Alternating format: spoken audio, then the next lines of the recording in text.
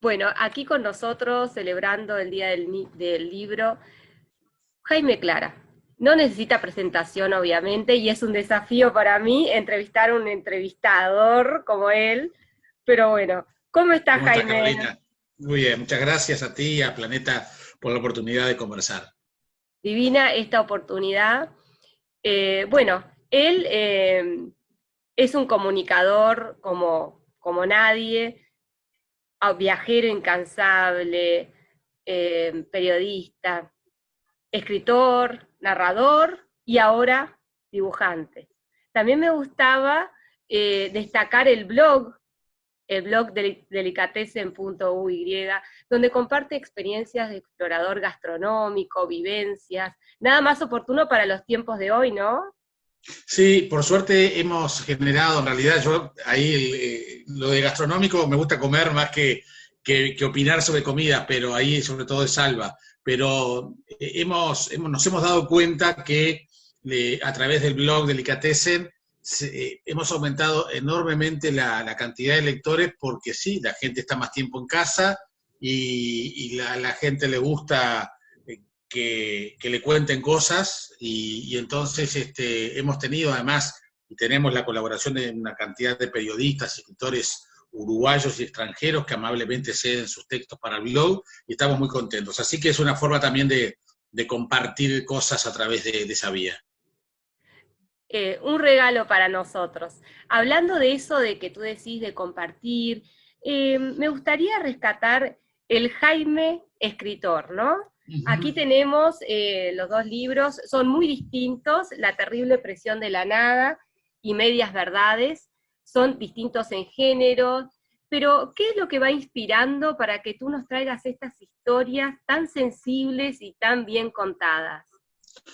Bueno, gracias, gracias por la opinión. En realidad, te diría que son dos análisis diferentes o dos respuestas diferentes a la pregunta, porque el primer libro, La terrible presión de la nada, es el resultado de cuentos de 20 años que yo empecé a escribir y que no, obviamente no se los mostraba a nadie, salvo en un momento cuando tuve unos 10 cuentos o un poco menos quizás, se los mostré a dos escritores amigos a los cuales admiro y quiero mucho y tenemos una muy buena relación con ellos, que son Claudia Mengual y Luis Fernando Iglesias, que ellos me dieron una cantidad de consejos para mejorar los cuentos y cómo encararlos, cosa que hice y fueron y son herramientas que me sirvieron para seguir escribiendo.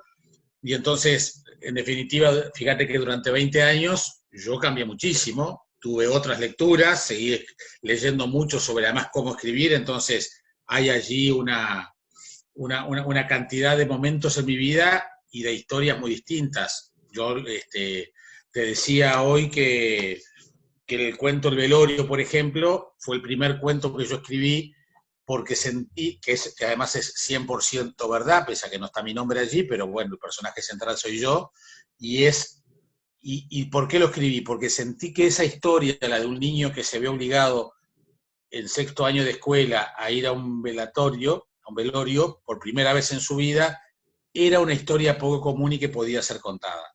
Ese fue un poco el El momento de decir, disparador. ¿por qué no lo cuento? Claro, ¿por qué no lo cuento? Porque no creo que sea muy común. Y todo lo que se cuenta allí es verdad, ¿eh? Todo es verdad, a tal punto que cuando presenté este libro en San José, el niño que muere es un niño de la Escuela 45 de San José, que yo la menciono en el relato, que estaba en segundo año de escuela, y se me apersonó en la presentación del libro en San José familiares de ese niño que recordaban perfectamente esa muerte ocurrida en el año 76. Yo tenía 11 años, yo estaba en sexto de escuela. Eh, y entonces, como me sentí muy bien escribiéndolo, dije, bueno, escribamos otro.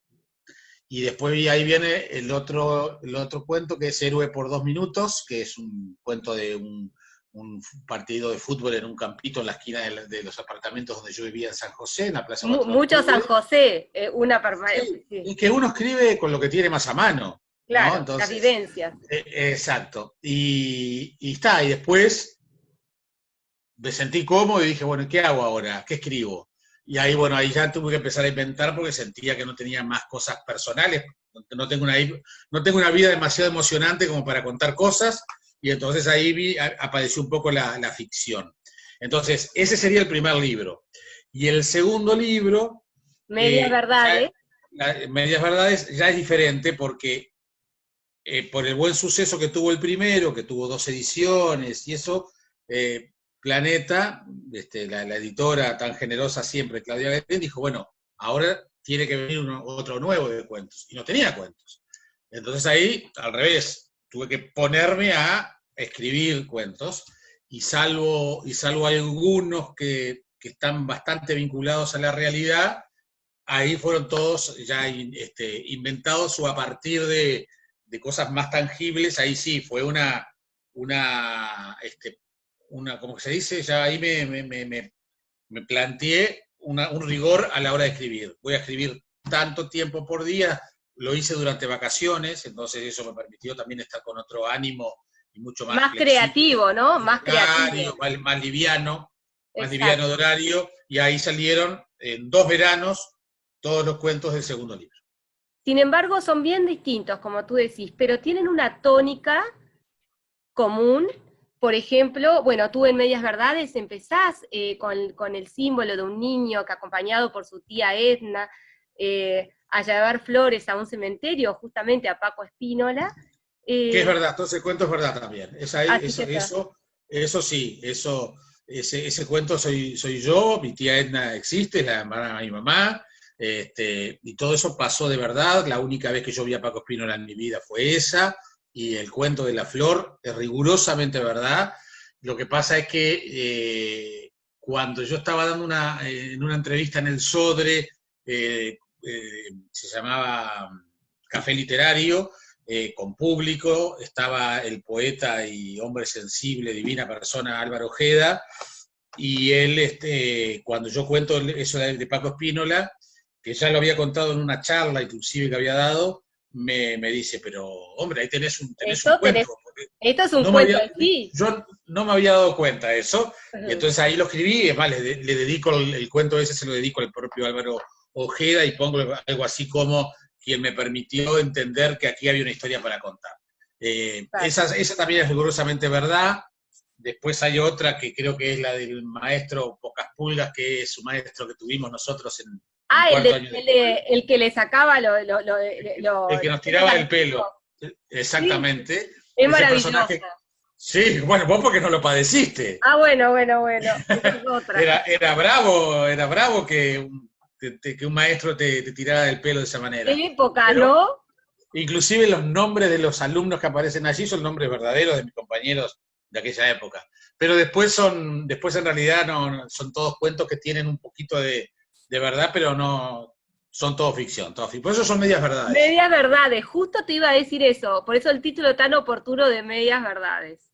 Igualmente, exacto, cuando tú venías hablando, yo pensaba, qué maravilloso ir a las presentaciones y recoger el impacto que tu libro causa en los demás, y a su vez, volcar esas opiniones en los próximos libros.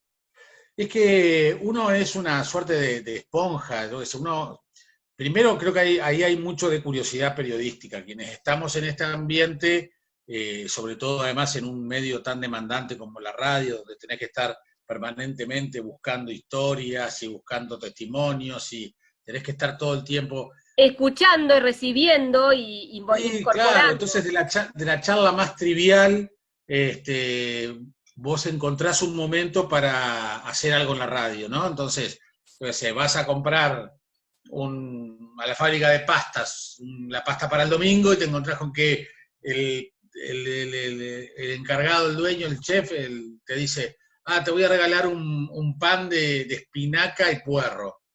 Pero qué original, qué rico, ¿cómo lo haces?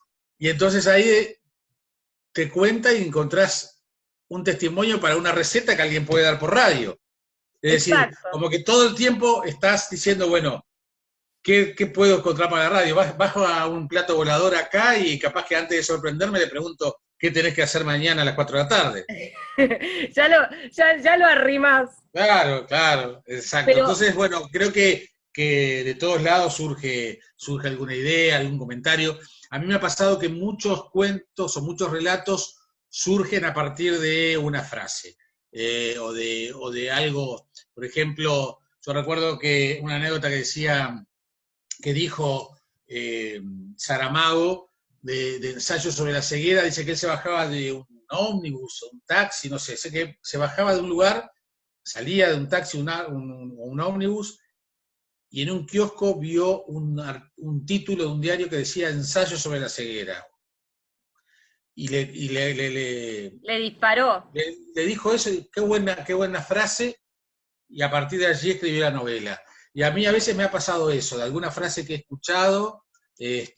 Por ejemplo, hay un cuento en uno de los libros que es sobre mi padre enseñándome, o enseñándole al personaje, a hacer el nudo de la corbata. La anécdota de la escena del padre frente al espejo con el nudo de la corbata, sí es mi padre, pero en realidad el cuento lo escribí porque una vez vi un graffiti en la calle Buenos Aires y 33 de la Ciudad Vieja, que decía, capaz que todavía está, la, la corbata es el nudo en la garganta, o algo, es un nudo en la garganta, ¿verdad?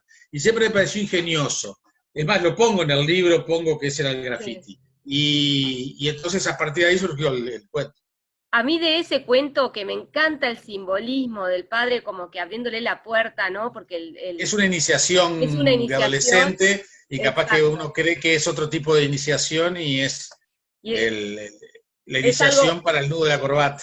Es algo mucho más profundo, pero ¿sabés lo que más me impactó? La manera cómo tú describís el respeto de esa familia por las generaciones que anteceden, porque decís, la casa estaba atiborrada de muebles. ¿Por qué? Porque eran los muebles, se habían mudado a un apartamento más chico, eran los muebles de la casa antigua y los muebles de los tíos que heredaron ellos. Y ese respeto por esas cosas que comparten con las generaciones anteriores, que igual viven apretaditos, pero nada, todo sí tiene su valor.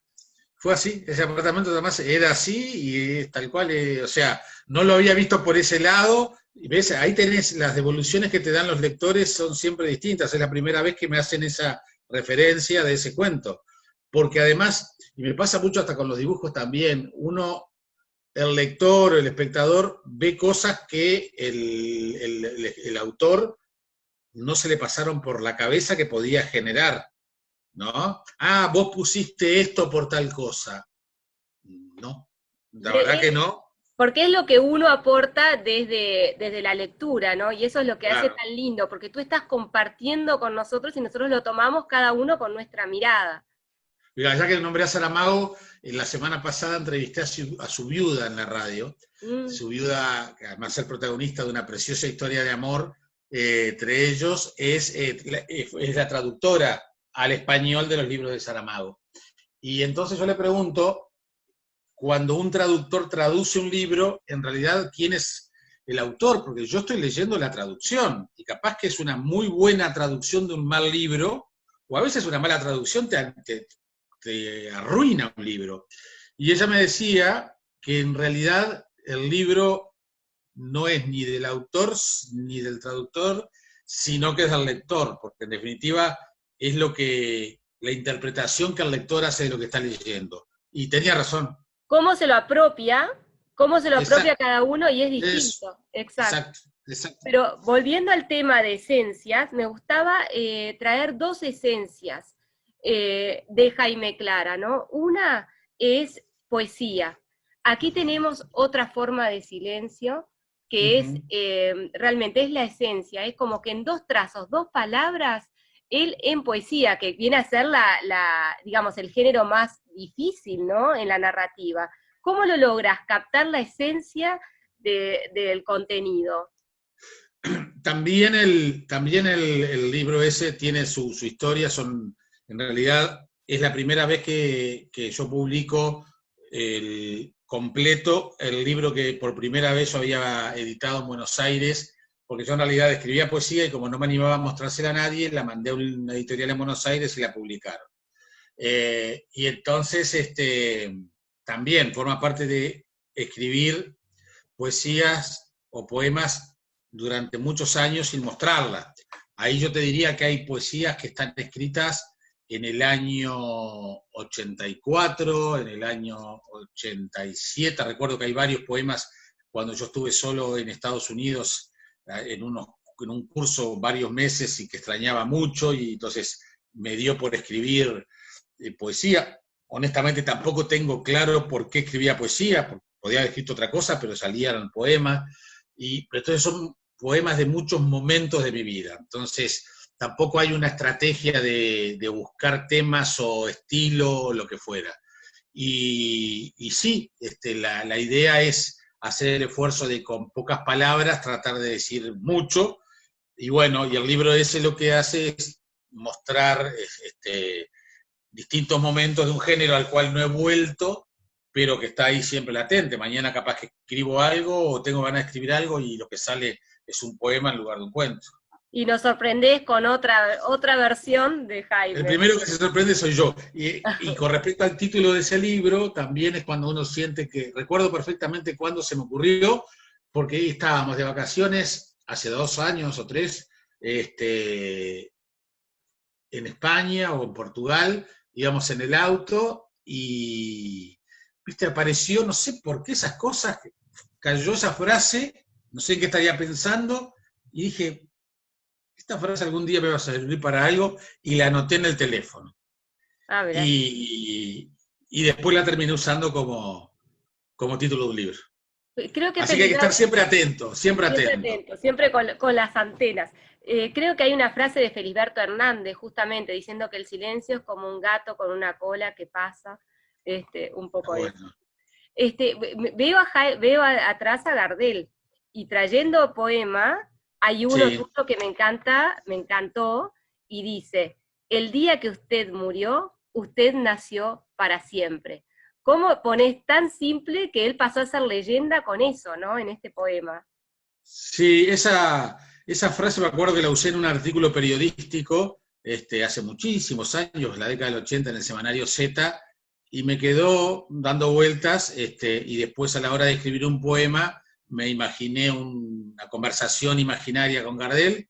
Él no me contesta, por lo pronto, pero no importa, yo la tengo, y surgió esa. Me gusta mucho, y esta caricatura además es una caricatura de Hermenegildo Sabat, que es un poco el padre de todos los caricaturistas uruguayos. El mentor, ¿verdad? El mentor.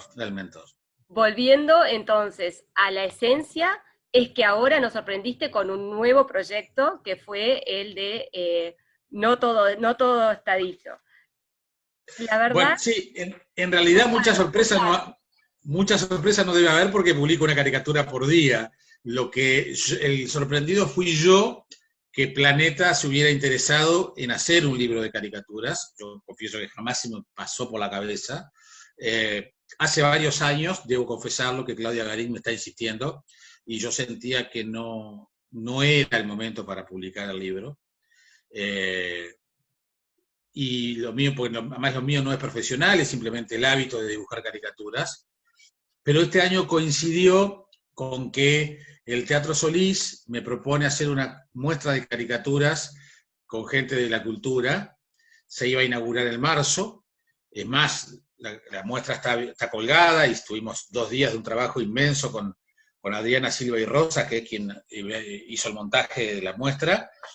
Unos días de calor espantoso en marzo, de 40 grados, armando la exposición, que además significó un esfuerzo económico importante también. Terminamos de armar la muestra y se cerró el teatro por la pandemia. Es decir, la muestra de caricaturas está colgada, no la vio nadie, está ahí esperando que, si abre el Solís, se pueda ver. Cuando a mí me proponen, a fin del año pasado, hacer esta muestra de caricaturas, ahí le digo a Claudia, le digo, bueno, creo que ahora, a la medida en que me proponen el Teatro Solís para hacer una muestra de caricaturas, que es, sin lugar a dudas, es un evento muy importante para mi carrera y de reconocimiento, capaz que ahora sí está bueno editar el libro que tanto querías y del cual tanto insistías. Y bueno, y ahí es que sale el libro, no está todo dicho, que salió pensar que igual íbamos a hacer hicimos una presentación virtual con Enrique Aguerre, director del Museo de Artes Visuales, porque la que teníamos previsto hacer en el propio Solís se suspendió, y el libro salió a la distribución de librerías hace un par de semanas, está funcionando por lo que me dicen muy bien y por la llegada de los lectores, y es una muestra de caricaturas, de las que publico todos los días en las redes, algunas que hice para la muestra del Solís, que no son conocidas, y es más, hay alguna caricatura de mis primeros dibujos del año 80 y pico, hechos además con plumín. Es una de las caricaturas que está en el libro, y tiene el nombre de mi primera exposición de caricaturas de fines de la década del 80 en el Museo de San José. Pero mirá qué tapa, la tapa, qué Sí. sugestiva, qué rica. Bueno, no, Mostranos bueno, un poco el libro mostranos un poco, sí. el libro quedó increíble, tiene una calidad gráfica inusual para el Espectacular. Uruguay. Yo quiero felicitar a Planeta y además sorprendido gratísimamente con la edición y la apuesta que hacen por este libro. Y era muy bravo encontrarle una tapa que sintetizara todo el libro. Y entonces la gente de Atolón de Mororoa, que es la gente de diseño gráfico que encargó Planeta la tapa, ideó esta, que es un montón de caricaturas que están dentro del libro. Hay un gran menjunje, y quedó en eso, que además es hasta divertido porque para ver quiénes son los que están, quiénes están, la elección es de ellos, yo no tengo nada que ver, y me encantó, y creo que es justo para el libro, ¿no? Porque es esa diversidad de personajes. En la tapa está desde Marx hasta China Zorrilla, Alberto Olmedo o Wilson Ferreira. Sí, pero es increíble cómo ya vemos que con 2 trazos, así como en la poesía, como que le captás no solo el rasgo físico, sino la característica psicológica a los personajes. ¿Cómo lográs eso, Jaime? Bueno, en realidad los personajes van surgiendo muchos por afinidad, tiene que ver con la efeméride, si es fecha de nacimiento o muerte, y esa afinidad capaz que, yo no sé si aspiro tanto a la búsqueda de esa psicología, pero sí intento volcar cierta pasión o cierta opinión en el personaje en cuestión. No sé, yo soy muy admirador de Woody Allen, por ejemplo, Tal y cual.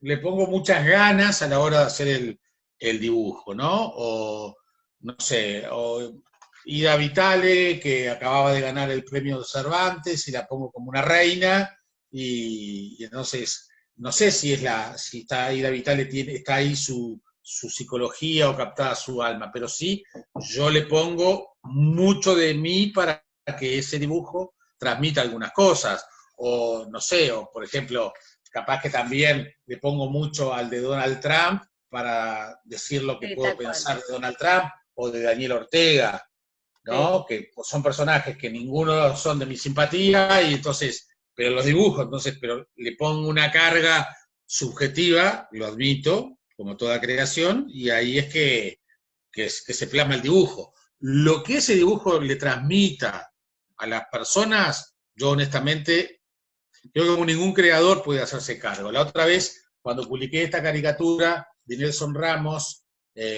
con quien hablé muy poco en vida, un artista plástico que fue su alumno, se emocionó tanto con la caricatura que me pidió permiso para imprimirla, encuadrarla y ponerla en su estudio. Wow. Te imaginarás que para mí es un honor. Qué orgullo, sí, pero es decir, pero generó un dibujo en el espectador algo que obviamente no estaba previsto. Entonces, bueno, eso es cuando vos no manejás las reacciones del lector o del espectador. Lo que hablábamos hoy, pero en caricatura. Yo, sin ser artista plástico, te digo, esa que me mostrás de Trump, a mí me genera que tú captaste que es una persona cerrada a lo que los demás piensen.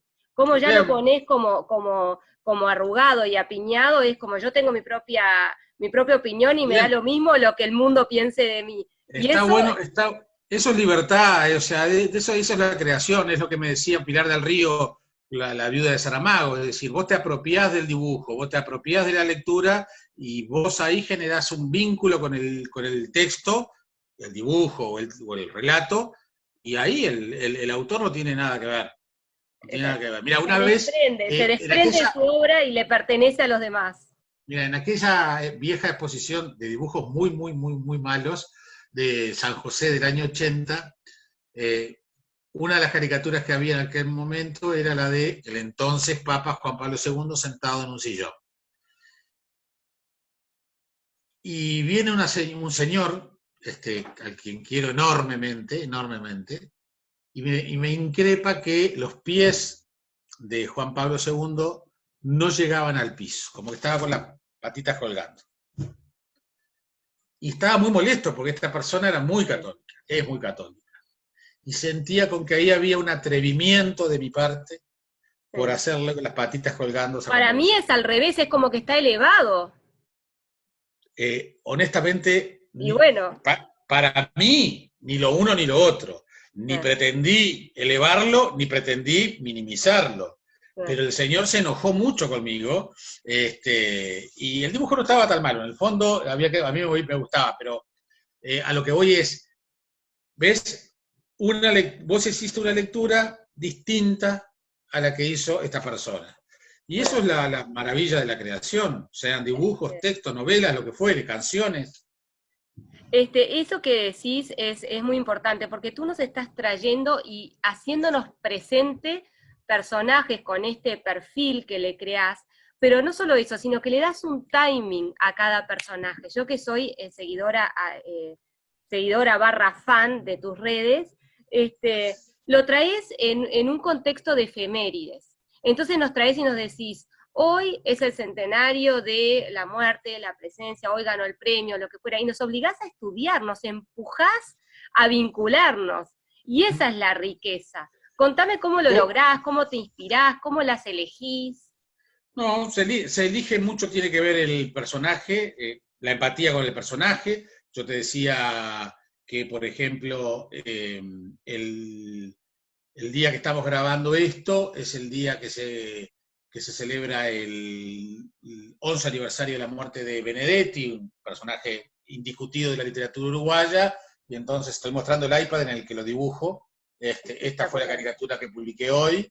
Genial cómo le sacás el contorno. ¿Te das cuenta eso forma parte de un estilo que a mí me gusta como espectador o lector, que siempre menciono en la radio, insisto mucho con eso, que es lo no dicho. Es decir, cuando el autor le deja al espectador que termine la historia, me encantan los finales abiertos, y bueno, esto de alguna manera es un dibujo abierto para que el espectador complete a Benedetti, ¿no? Y además que lo coloca como en un cosmos ahí, como que él está omnipresente desde donde está aquí, con nosotros. Ahí vienen las interpretaciones libres en las cuales yo no me meto, ni quiero ni me puedo meter.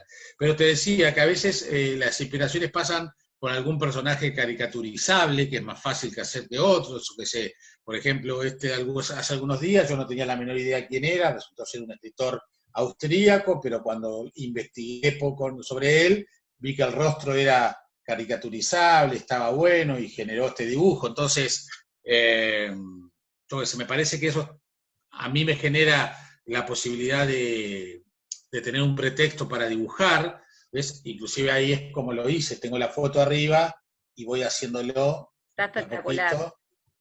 Eso es cómo se va generando los trazos. Esta aplicación te permite mostrar eso, te lo muestro de nuevo ahora, porque va muy rapidito.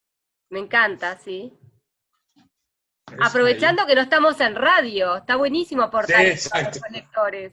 Exacto, a veces este mismo video lo pongo en las redes, pero también no quiero, me parece que el dibujo tiene que sostenerse solito con lo que muestra y no tanto en el proceso, pero bueno, a veces es divertido ver. Pero es increíble cómo transformaste un hobby en una voz cultural. Lo que pasa es que en el fondo, y eso también tiene que ver un poco por cómo se generó el hábito de dibujar caricaturas, cuando yo decido hacer radio y periodismo radial, yo era muy chico, he contado muchas veces la historia, tenía 8 años y fue la radio San José, y eso hizo que descubriera el mundo de la radio, y ahí decido que quiero dedicarme a eso. Pero cuando entro en el año 83 a la facultad del Instituto de Filosofía, Ciencias y Letras, lo que hoy es la Católica, ahí me doy cuenta que descubro algo más que el periodismo de radio, descubro la comunicación. Entonces descubro que otras cosas son comunicación. No es porque no la supiera, es que la universidad te da la sistematización, te da la teoría, el conocimiento académico. Y dentro de los géneros periodísticos, te das cuenta que la caricatura es también un género periodístico. Sabat, que nombramos, o Aroxa, o Ombú, son antes que nada periodistas, gráficos, pero periodistas. Los fotógrafos son reporteros gráficos. Entonces, yo siento que la caricatura es una faceta más del tema de la comunicación. Yo siento, si bien lo mío es la radio, y me siento cómodo haciendo radio, es el medio que más me gusta frente a los otros, yo te diría que siento que no hago nada extraño a lo que ya venía haciendo. Es un género más de lo mismo, una vuelta de tuerca es una forma, es otra forma de comunicar. Ayer por el libro de caricaturas, en un diario, Sábado Yo, me hizo una entrevista, y el título fue La faceta menos conocida del comunicador, del periodista. Y yo me quedé pensando, y yo entiendo el título y está bien que lo hayan puesto, pero en realidad lo que siento que estoy haciendo es lo mismo que hacemos todos los periodistas, que es comunicar. Algunos, por ejemplo, hacen televisión y tienen sus columnas en los diarios, o tienen sus blogs. Entonces yo siento que cuando yo escribo en el blog, hago caricaturas, estoy conduciendo Esta Boca es Mía, o hago poesía, estoy siempre diciendo cosas. Exacto, o sea, yo creo que sí. Un entramado que compartís con nosotros desde diferentes ámbitos. Sí, y puedo perfectamente hacer el poema de Gardel, puedo perfectamente hacer un cuento sobre Gardel o lo que fuera, y puedo hacer una caricatura de Gardel. Para completarnos toda la imagen. Pero te quiero decir, siempre estás hablando de Gardel con distintos lenguajes o géneros. Es más de lo mismo. No, es más de lo mismo, no, nos brinda una riqueza. Pero, no pretendió ser peyorativo ni crítico. No, pero te quiero decir, al revés. Son distintas, claro. Lo estoy enalteciendo porque nos das una visión holística de todo. Realmente, Jaime, es increíble contar contigo, no solo hoy compartiendo el Día del Libro, sino día a día. Le das esa mirada a la cotidianidad. Y también, por ejemplo, tus cuentos, vas a comer a un lado y la frase de, ay, los morrones están carísimos, genera que el personaje vaya en una madeja a investigar, y es tal cual lo que nosotros queremos día a día, ¿verdad? Yo creo que lo importante es que en el caso de los cuentos, o las historias en general, olvidé todo, cuentos, novelas, género, hasta el dibujo mismo, te genera una empatía. Cuando nosotros en la comunicación, en primer año de comunicación, teníamos teoría y decíamos que la comunicación perfecta, entre comillas, era cuando un emisor y el receptor y el mensaje generaba, ¿no?, una vuelta y todas esas cuestiones. Si vos generás algo en el lector o en el espectador de la caricatura, el observador, le generás algo, hasta un rechazo, te digo, hasta un rechazo, lográs esa comunicación horizontal de la cual aspirábamos cuando empezamos a estudiar teoría de la comunicación. Cuando una caricatura le emociona porque es la caricatura a una persona, porque es la caricatura de su profesor de pintura, como la de Nelson Ramos, o la caricatura cuando el señor me criticó los pies del Papa que no llegaban al piso.